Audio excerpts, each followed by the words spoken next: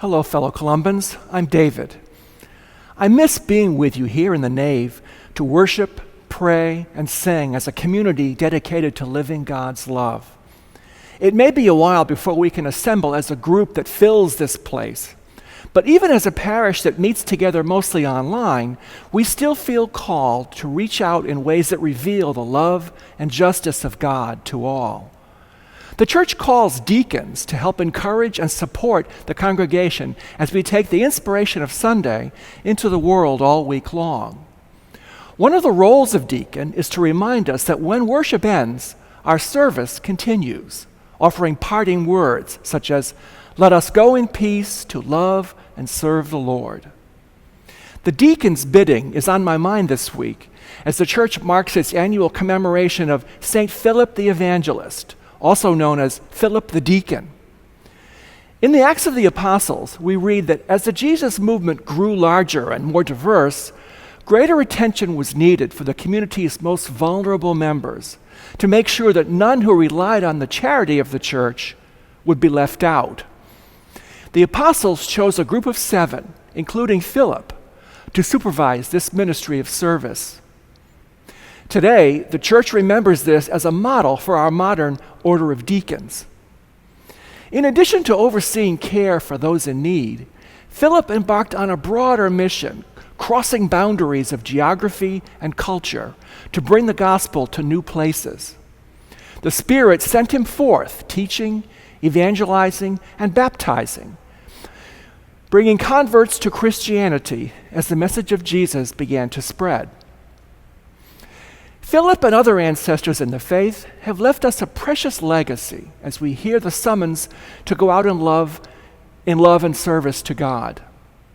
The pandemic has disrupted just about every aspect of life and has brought isolation and severe hardship to many people. But despite the challenges of doing ministry in this anxious time, the Spirit continues to send members of St. Columba's forth to carry on the healing and reconciling work of Jesus. Our Great Patrol every month prepares food to be distributed to people in need in downtown Washington. And our Loaves and Fishes team fixes bagged lunches that help to feed our homeless neighbors. Our prison ministry working group reaches out to returning citizens as they make the challenging transition back to life in the community.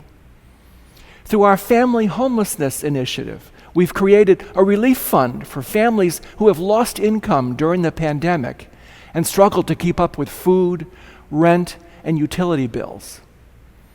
We started a tutoring program with our partner organization, Housing Up, to bring church volunteers together with children and youth who are learning online in DC public schools.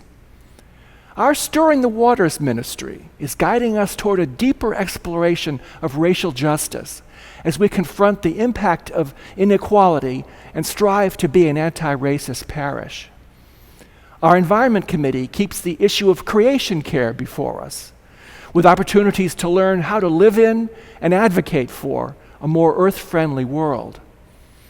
And as we search for more opportunities to engage with neighbors across our city at this difficult time, we continue to show our care for one another within the St. C's community through online worship, house church, phone check-ins, notes, group meetings for study and prayer, and safely distanced visiting.